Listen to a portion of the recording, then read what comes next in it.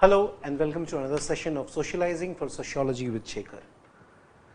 Now today guys we will be discussing the features of structures of European society before Enlightenment era, or you can say structure during the Dark Age. So we will look at the structure of European society before Enlightenment.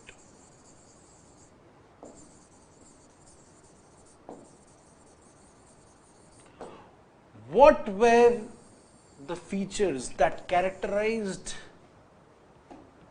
European society before Enlightenment, and why is it important?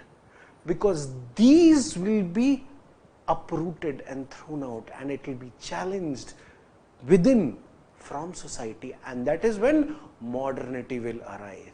So, in order to, we are continuing with our modernity series, and in order to understand it in proper manner, we need to understand the important features of European society, the structure of European society before Enlightenment era. Clear? So, first feature was that land was central to economic system. Okay. Land was central to economic system. So now modern society, the feudal system, in feudal system, land, agrarian economy, land was central to economic system. One who controls more number of men and more number of land is more powerful.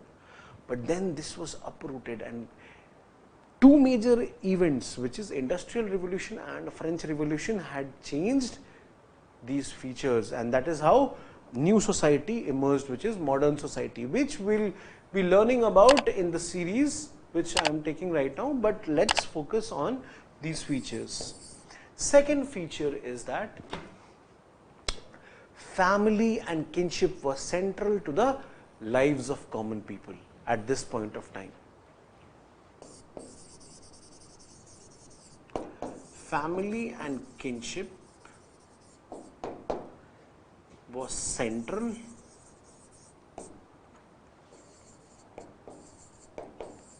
to lives of common people. Another feature is that classes were distinct and clearly demarcated. During this era, if you remember French society, clergy class, nobility class, okay, first estate, second estate and third estate. So classes were distinct and demarcated. Okay. Monarchy was firmly rooted in society. That is another feature. I shall say monarchy and aristocracy. Monarchy and aristocracy was firmly rooted in society.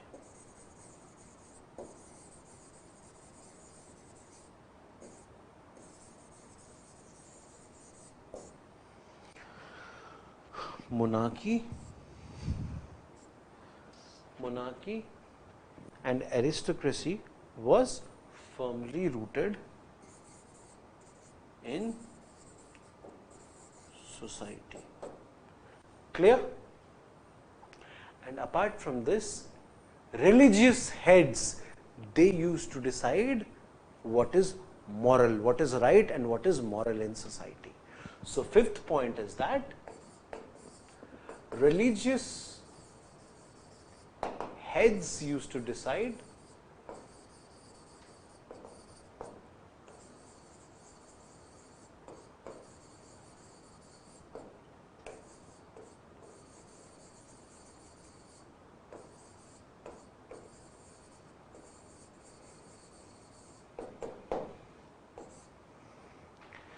what is moral in society.